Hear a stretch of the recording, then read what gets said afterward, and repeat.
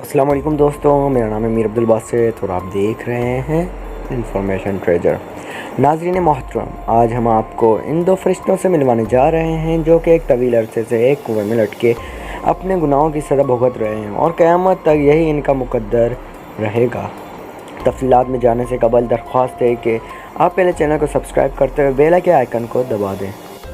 Harut و ماروت دو فرشتوں کے بارے میں اللہ رب العزت نے قرآن مجید کی سورۃ البقرہ میں بھی ذکر فرمایا ہے، جبکہ مختلف احادیث بھی اس واقعے کی سچائی کی گواہی دیتی ہیں۔ جبکہ مسلمان محققین میں حافظ ابن کثیر، علامہ اور ابن حجر عسقلانی نے بھی اس پر سیر حاصل بحث کی ہے، جس کے اختصار کے مطابق ایک دفعہ اللہ رب العزت نے فرشتوں کے لیے زمین و آسمان کے درمیان پردے ہٹا دیے اور فرشتے نے دیکھا کہ اولاد آدم بد ترین گناہوں میں مبتلا ہے، جس پر فرشتوں نے عرض کیا کہ مالک، یہ مخلوق تیرے وائے نیابت کا حق ادا نہیں کر رہی، جبکہ ان کے گناہوں کی پاداش میں آپ کی کوئی گرفت بھی سامنے نہیں آئی۔ جس پر خالق کائنات نے فرمایا کہ تم میرے سامنے رہتے ہو، جبکہ میرے اور انسانوں کے درمیان ایک حجاب ہے۔ اس کے علاوہ ان میں نفس پرستی کا مدح رکھا گیا ہے، جس کی بدولت ان سے گناہوں سرزد ہو جاتے ہیں۔ فرشتوں کے مطمئن نہ ہونے پر مالک کائنات نے فرمایا کہ اچھا، تم اپنے میں سے سب سے زیادہ عابد و زاہد اور پرہیزگار دو فرشتوں کا انتخاب کرو، ہم انہیں انسانی اوصاف کے ساتھ دنیا میں بھیجتے ہیں اور تم دیکھو کہ وہ گناہ کے مرتکب ہوتے ہیں یا کیا نہیں۔ سو ہاروت و ماروت دو فرشتوں کو عراق کے شہر بابل میں اتارا گیا اور انہیں لوگوں کے درمیان تنازعات کا فیصلہ کرنے کا منصب سونپا، اور تیز وائے سے ان کے انصاف کی شہرت پھیلنے لگی۔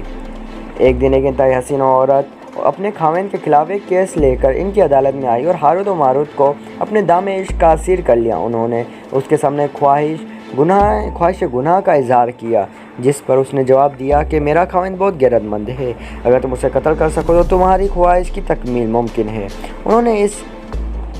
سے انکار کرتے ہوئے کہا کہ یہ گناہ عظیم ہے۔ وہ فتنہ پرور واپس چلی گئی، لیکن ہاروت و ماروت کے دل و دماغ سے نہ نکل سکی، اور پھر روایت کے مطابق کچھ عرصے بعد انہوں نے پھر اس سے اپنی خواہش کا اظہار کیا، جس پر اس نے 4 شرطیں رکھیں: شراب نوشی، خاوند کا قتل، بت کو سجدہ کرنا، یا اس اسم اعظم کو اس تک منتقل کرنا جس کو پڑھنے کے بعد وہ آسمان پر پہنچ جاتے تھے۔ ان دونوں نے سوچا کہ باقی 3 عظیم گناہوں کے مقابلے میں شراب نوشی قدر وائے ہلکا جرم ہے، جو کہ بعض قسمت سے وہ کر گزرے اور پھر ہوش حواس سے بیگانہ ہو کر نہ صرف باقی 3 گناہوں میں بھی مبتلا ہو گئے، اس بدکار عورت کے ساتھ زنا کے مرتکب بھی ہوئے۔ یہی وہ لمحات تھے جب خالق کائنات نے ایک دفعہ پھر درمیانی پردہ ہٹاتے ہوئے فرشتوں کو ہاروت و ماروت کے اس عمل بات کو دیکھنے کی اجازت دی، جس پر فرشتے نہ صرف حیران رہ گئے بلکہ عرض کی جسم کا مفہوم یہ ہے کہ الہ انسان واقعی قابل رحم ہے اور یہ اپنی کمزور فطرت کی بدولت گناہ کا مرتکب ہو جاتا ہے۔ اور ایک روایت کے مطابق فرشتے آج بھی انسانوں کی مغفرت کے لیے دعا کرتے ہیں۔ اس میں عذاب سیکھنے کے بعد وہ بدکار عورت جس کے حسن کو حضرت علی کرم اللہ وجہہ نے زہر ہے ستارے سے دی